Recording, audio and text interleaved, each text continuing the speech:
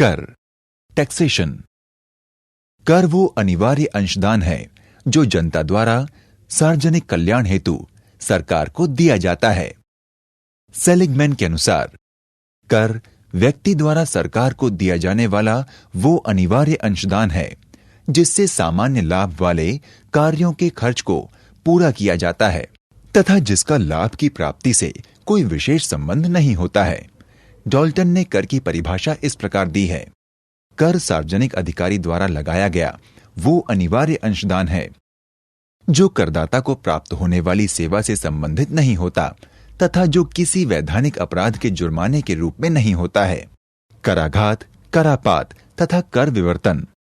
जिस व्यक्ति पर सरकार कर लगाती है उस व्यक्ति पर कराघात होता है तथा जो व्यक्ति कर का अंतिम रूप से भुगतान करता है उस पर करापात होता है। कर विवर्तन के माध्यम से व्यक्ति अपने ऊपर लगे मौद्रिक भार को दूसरे के ऊपर आरोपित कर देता है। उदाहरण के लिए, यदि सरकार चाय का उत्पादन करने वाली कंपनी पर कर लगाती है तो ये कंपनी पर कराघात हुआ।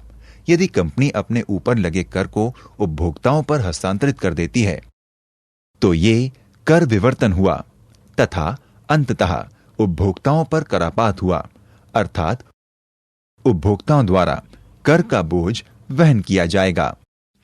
कर, टैक्स, उपकर, सेस तथा अधिभार, सरचार्ज।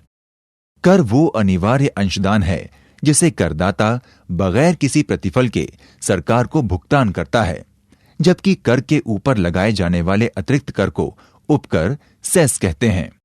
उपकर जनता से अधिक राजस्व उगाही के उद्देश्य से प्रेरित होता है। उपकर किसी विशेष उद्देश्य के लिए लगाया जाता है। उदाहरण के लिए, यदि किसी व्यक्ति की आय 100 रुपए है तथा सरकार उसकी आय पर 20% का करारोपण करती है तो सरकार को 20 रुपए कर की धनराशि प्राप्त होती है। किंतु यदि सरकार 20 रुपए पर 2% का कर लगाए तो इस अतिरिक्त कर को उपकर कहते हैं।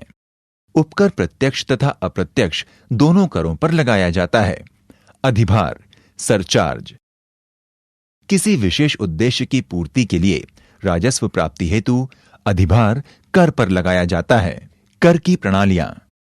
कर आधार तथा कर की दर में परिवर्तन के आधार पर भारत में कर की 4 मुख्य प्रणालियां प्रचलित हैं जो निम्नलिखित हैं। नंबर 1, प्रगतिशील, प्रोग्रेसिव। यदि कर आधार में वृद्धि के साथ साथ कर की दर में भी वृद्धि होती है तो उसे प्रगतिशील कर कहते हैं। कर आधार से तात्पर्य है आय की जिस राशि पर कर लगाया जाता है। नंबर 2, प्रतिगामी, रेग्रेसिव। यदि कर आधार में वृद्धि के साथ साथ कर की दर में कमी आती जाती है तो इसे प्रतिगामी कर कहते हैं। नंबर 3, अनुपातिक, प्रोपोर्शनेट। यदि कर आधार में वृद्धि या कमी के साथ साथ कर की दर में कोई परिवर्तन नहीं होता तो कर प्रणाली अनुपातिक कहलाती है। नंबर 4, अधोगामी, डिग्रेसिव।